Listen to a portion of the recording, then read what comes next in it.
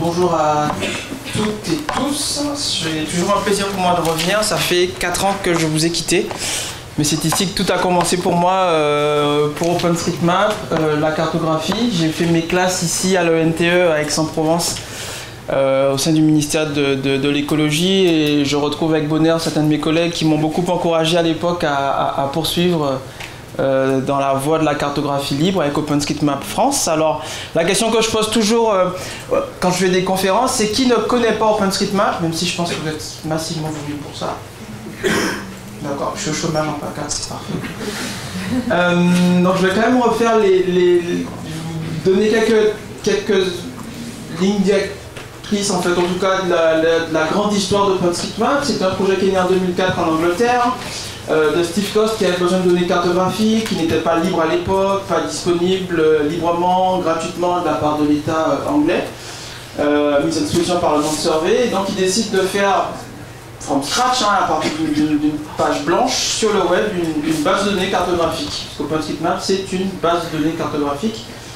Et de ces quelques développeurs du début, nous sommes 2 400 000 aujourd'hui, personnes à s'être inscrites sur OpenStreetMap, sur le site. Ça représente, et c'est super que vous soyez tous là aujourd'hui, 400 000 personnes qui ont au moins ajouté un objet sur OpenStreetMap. 2 400 000 personnes, 400 000 contributeurs effectifs, réels, quant aux données. Donc vous voyez que comme dans beaucoup de projets, la relation au projet OpenStreetMap est quand même asymétrique. Il y a beaucoup de consommation, il y a beaucoup moins de contributions. Mais c'est une communauté qui est super dynamique. La France est dans le top 3 des nations les plus actives dans le projet. En premier, les Allemands. Nous, on fait un peu rivalité avec les Américains et les Russes pour avoir la 2e, 3e place. Et vous pouvez, avec plaisir, regarder les statistiques. Je vous montrerai volontiers les sites. Et vous avez quelques personnes ici présentes qui font partie en fait des meilleurs développeurs qui soient pour moi dans la communauté OpenStreetMap mondiale. La communauté française est hyper active à la fois sur la structuration du projet. OpenStreetMap France est né en 2011 en France, à Paris. Mais croyez-moi, ça n'a pas toujours été simple pour moi de faire des allers-retours à Paris pour structurer ce projet-là. À l'époque, je faisais 1 semaine par mois au sein de Silicon Sentier, ce qui nous a permis d'avoir énormément de légitimité, d'avoir aujourd'hui, et même dès notre première année, à peu près 70 000 € de budget pour une association qui n'avait même pas 1 an.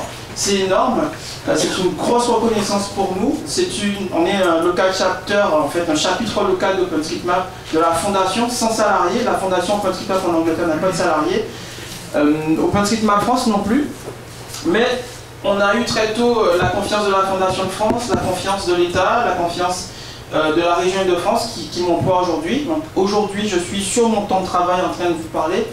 La région Île-de-France me paye pour promouvoir entre autres le projet OpenStreetMap, l'Open Data, et j'essaie à mon tour de promouvoir au sein des administrations, au sein des entreprises, la mise à disposition de temps pour que des salariés, pour que des étudiants, pour que des fonctionnaires puissent pouvoir promouvoir des projets libres, pas uniquement OpenStreetMap, tout type de projet libre d'intérêt général. Parce que c'est vraiment ce qui est au cœur en fait d'OpenStreetMap, c'est l'intérêt général. On est une communauté qui produit des données, une base de données sous une licence libre, la licence ODBL, Open Database License, qui vous autorise à copier, modifier, remixer et même revendre les données d'OpenStreetMap si vous le souhaitez, avec 2 obligations: citer OpenStreetMap comme étant la source de données, ça va de soi, sur pratiquement toutes les sources de données que vous pouvez avoir aujourd'hui, et partager à l'identique. C'est ce qui nous différencie des grands producteurs commerciaux, même s'ils ont le droit d'exister et qu'il en faut, il faut de l'argent pour financer la mesure, pour financer des satellites, pour financer des voitures.